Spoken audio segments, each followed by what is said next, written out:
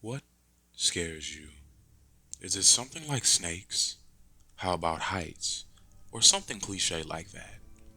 Well, mine has always been unique.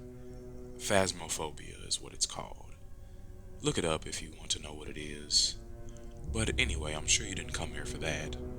So the story took place when I was 17 and staying in a place called Stillwater in Ireland. It had been a rough and crazy week, I remember. One of my best friends had suddenly passed in a car accident.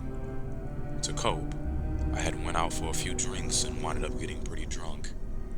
However, upon me sobering up in my room, the crushing death of my friend caused me to head to his memorial. He was buried at a popular gravesite called Stillwater Cemetery.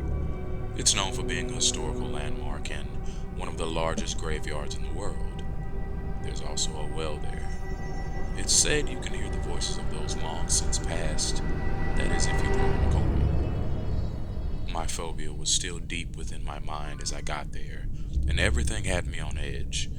However, I just wanted to hear my best friend's voice, just one last time, and with any means. So, as I made my way there, I passed through the gate and made my way through the cemetery. As I walked, I glanced at my friend's grave. Here lied Caden Aiden Burns. I began to cry, and in my bitter anguish, I nearly forgot about the well.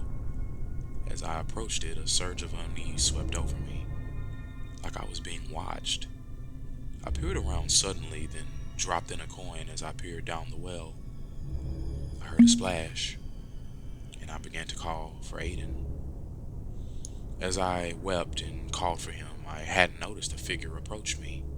It was a woman, though. I asked her, "Well, who are you?"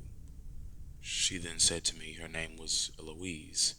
She had seen me crying from her car parked on the other side of the lot, and she wanted to know if I was okay. I assured her I was, but I couldn't help but feel uneasy as she spoke to me. Her tone was so calm and monotoned. We spoke for a few minutes about my friend and how he died, and she told me about how her sister died in an accident as well. I told her, "That's real tragic what happened to your sister. I'm sorry that she died so soon and so young." She responded, "Yeah, your friend killed her." When she said this, I turned and looked at her, and before I could speak, she said, "He was partying and he hit her in the head-on collision. She had so much looking up for her in her life, for it to just come to such a crashing halt. And now here you are grieving the man who took her life." I apologized on his behalf, but she cut me off again and said, "It's fine, just I hope my friend sob at my funeral like you did for yours." As she said this, my blood ran cold. I then noticed she had turned paler than a human could, eyes now blackened like the night. As I blinked to see if I had really saw what I had saw, I opened my eyes to her being gone. So then I just ran out of there, faster as I never ran before. When I got home, I couldn't even sleep, which wasn't the worst part. As I turned on the TV, I caught the news saying that the body of the girl whom my friend had killed, well, her sister's body had just been found hanging in the cemetery. According to the coroner, she had been dead for hours, which made what I encountered just ever more so disturbing.